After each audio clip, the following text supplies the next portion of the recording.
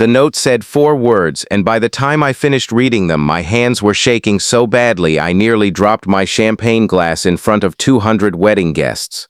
I want to back up because none of this makes sense without the beginning. My name is Marin, and 3 weeks ago I flew across the country to watch my younger sister Diane marry a man I had met exactly twice. I sat in the second row of white folding chairs at a vineyard in the hills wearing a dress I had bought specifically because it didn't remind me of anything, and I watched my baby sister walk down the aisle glowing like she'd swallowed the sun. I was happy for her. I want to be clear about that from the very start because everything that follows might make it sound like I was harboring some secret resentment, some bitterness I hadn't dealt with. I wasn't. I loved Diane more than almost anyone alive. But weddings have a way of holding up a mirror to your own life and mine. At 34, single, working a job I didn't love, living in an apartment that never quite felt like home was not a mirror I wanted held up in front of 200 strangers. That's where the maid of honor comes in. Her name, I would later learn, was Costanza, though everyone called her Connie. She was maybe 2 or 3 years older than Diane, with dark hair pulled into a low bun and a face that seemed to be doing quiet arithmetic behind a polite smile. I noticed her almost immediately during the ceremony because she kept looking at me, not glancing, looking. The kind of look that lingers a half-second too long, that makes you check if you have something on your face or your dress is tucked into your underwear. I told myself I was imagining it. Bride's friends look at everyone during a ceremony. That's sort of the job. But it kept happening. During the vows, when I dabbed my eyes with a cocktail napkin. During the recessional, when I clapped a little too enthusiastically. During cocktail hour, when I stood near the cheese table pretending to be fascinated by a wheel of brie so I wouldn't have to make small talk with Diane's husband's extended family. Every time I looked up, Connie's eyes were already on me, and every time she looked away first, like she'd been caught at something. If you're the kind of person who believes that small, strange moments sometimes turn out to mean everything, that a stranger's face across a room can quietly rearrange your whole life, I'd ask you to like this video, drop a comment, share it with someone who needs a reminder that kindness still exists in this world, and subscribe to the channel so you don't miss where this goes. Because what happened next, I promise you, is worth staying for. The reception was held in a barn that had been renovated within an inch of its life, string lights crisscrossing the rafters, mason jars stuffed with wildflowers on every table. I was seated at table 4, close enough to the head table to see everything, far enough to feel like a spectator rather than a participant, which, if I'm honest, was how I felt at most family gatherings by then. My mother had passed 4 years earlier. My father wasn't part of the picture and hadn't been for a long time. Diane was the only family I had left who still felt like family, and watching her begin a new one of her own made me feel a complicated cocktail of joy and grief that I didn't fully understand until much later that night. Dinner came and went. The best man gave a toast that was mostly inside jokes about college that made half the room laugh and the other half check their phones. Then it was Connie's turn. She stood, tapped her glass with a fork, and the room quieted the way rooms do at weddings, everyone leaning slightly forward, ready to feel something.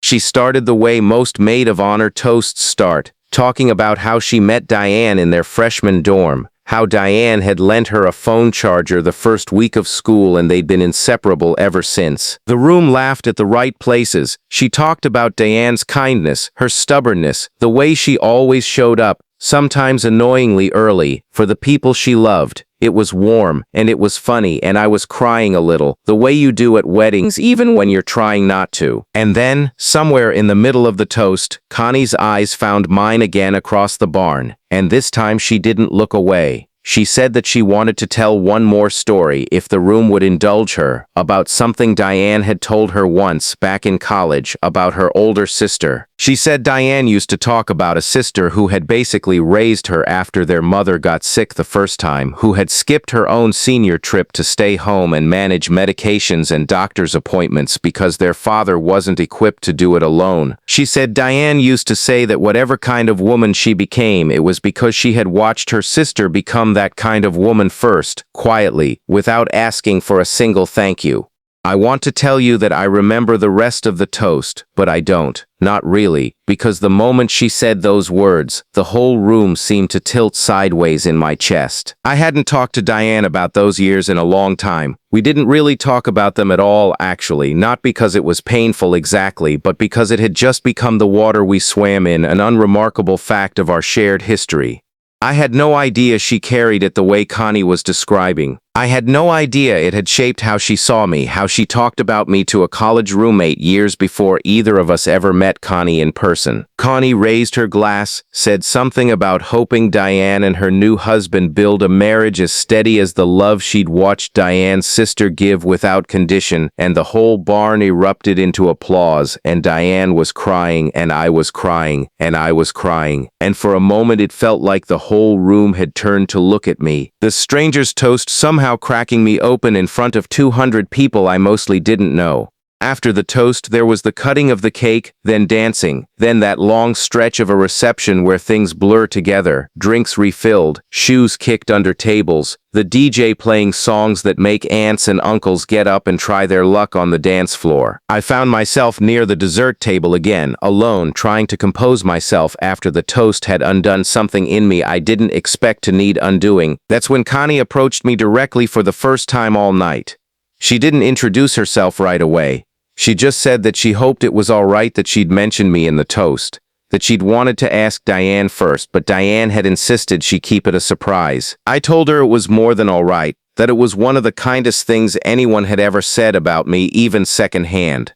She smiled at that, but it was a smaller smile than the one she'd worn during the ceremony and the toast, and I noticed her hand was closed around something, a folded piece of paper, the corner of it peeking out between her fingers. She asked if she could talk to me for a minute, somewhere quieter, and something in her voice made the request feel heavier than the words themselves. We stepped outside the barn, onto a gravel path lit by strings of bulb lights leading toward the parking area. The night had turned cool, the kind of temperature that makes you wish you'd brought a jacket you didn't think you'd need. Connie told me that she worked at a hospital in patient services, and that this wasn't something she usually did, approach strangers at weddings, but that something about hearing Diane talk about me for years, and then finally seeing me in person tonight, had made her feel like she couldn't let the night end without saying what she was about to say. She told me that 11 years ago, when she was a nursing student doing her clinical rotations, she had a patient on the pediatric oncology floor, a girl of about 9, whose mother essentially lived in that hospital for months. She said she remembered this mother specifically because of how she treated the staff, how even on the worst nights when the numbers on the monitors weren't cooperating, when doctors were delivering news no parent should ever have to hear, this woman remained gentle with the nurses, thanked them by name, brought them coffee some mornings like she was worried about their well-being instead of her own daughters.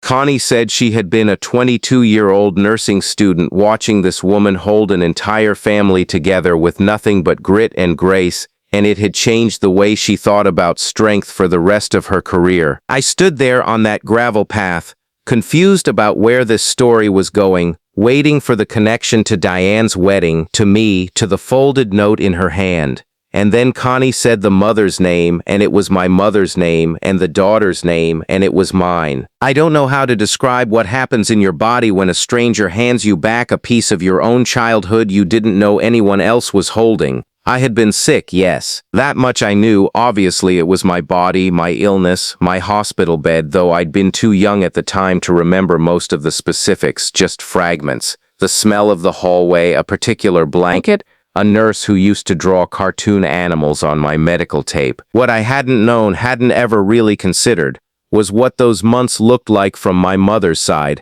how she must have shown up for the people caring for me even while she was terrified out of her mind about whether I would survive. My mother rarely talked about that period, and by the time I was old enough to ask real questions about it, she was gone, and some stories just die with the people who lived them. Connie told me she had thought about my mother for years afterward, had actually used her, anonymously, as an example in a training seminar she once gave about family resilience in pediatric care. She said when Diane mentioned, months into their friendship, that her older sister had once been a childhood cancer patient at that very hospital, something clicked, though it took her a long time and a lot of careful, quiet research to be sure it was the same family. She said she hadn't been certain until tonight, seeing my face up close, seeing something in my expression during the ceremony that matched a photograph she'd kept, of all things, from an old hospital newsletter that had once featured my mother and me for a fundraising piece.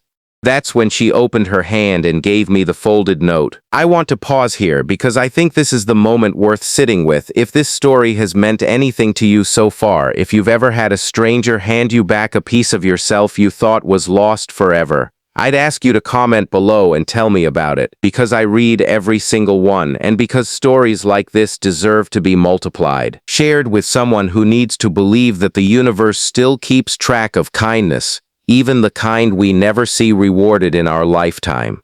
The note, when I unfolded it with fingers that wouldn't quite stop trembling, had 4 words written in Connie's neat, careful handwriting.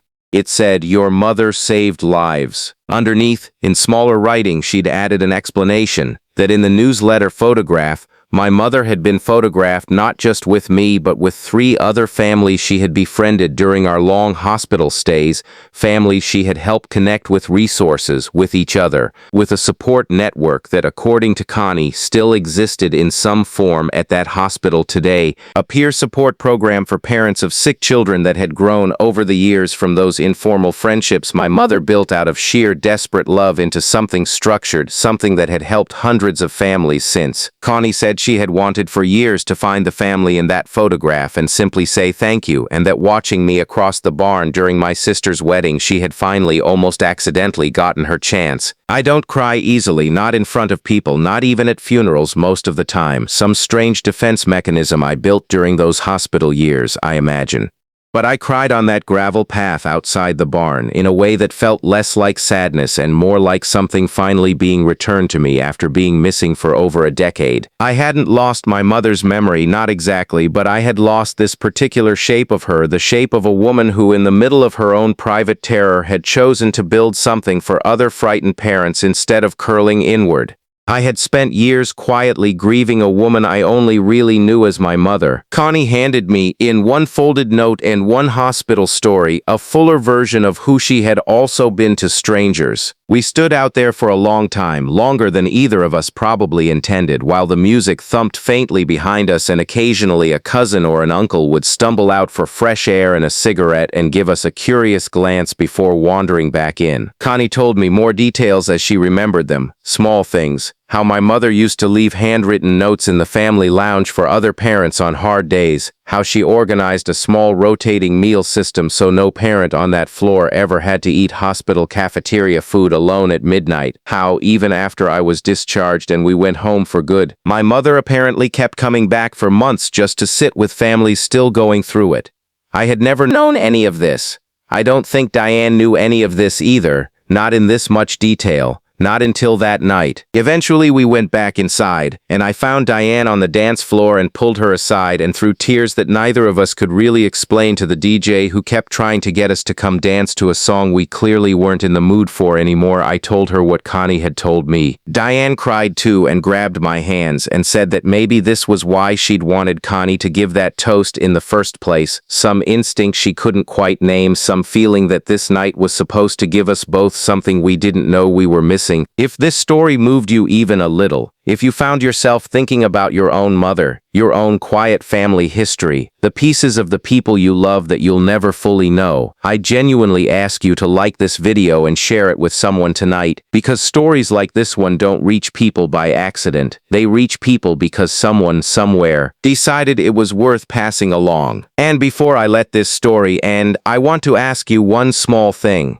If you have ever received unexpected kindness from a stranger, if a note, a comment, a small gesture from someone you barely knew ever changed how you understood your own life or your own family, I want you to write it in the comments below this video. Just a sentence is enough. I read them all, and I promise you, on nights when this story feels far away from my own life again, I go back and read what you all have written, and it reminds me that Connie's kindness that night wasn't a strange coincidence. It was simply one more link in a very long, very human chain of people choosing to notice each other. 6 months later, I still keep that folded note in my wallet, worn soft at the creases now from being taken out and read more times than I can count. I never got the newsletter photograph itself, but Connie promised to try to track it down through hospital archives, and last I heard, she's still looking. Diane and her husband are doing well, settling into their first house, already talking about starting their own small family one day, and I think, more than anything else that happened that whole wedding weekend, what stayed with me longest wasn't the ceremony or the vows or even the dancing. It was standing on that gravel path under string lights, being handed back a piece of my mother I never knew I'd lost, by a woman who had simply never stopped noticing, all these years later, the quiet grace of a stranger in a hospital hallway. And I think that's the truest lesson in all of this. You never really know, when you're at your lowest, who is quietly watching you build something out of it, or how far that small light might travel long after you're gone.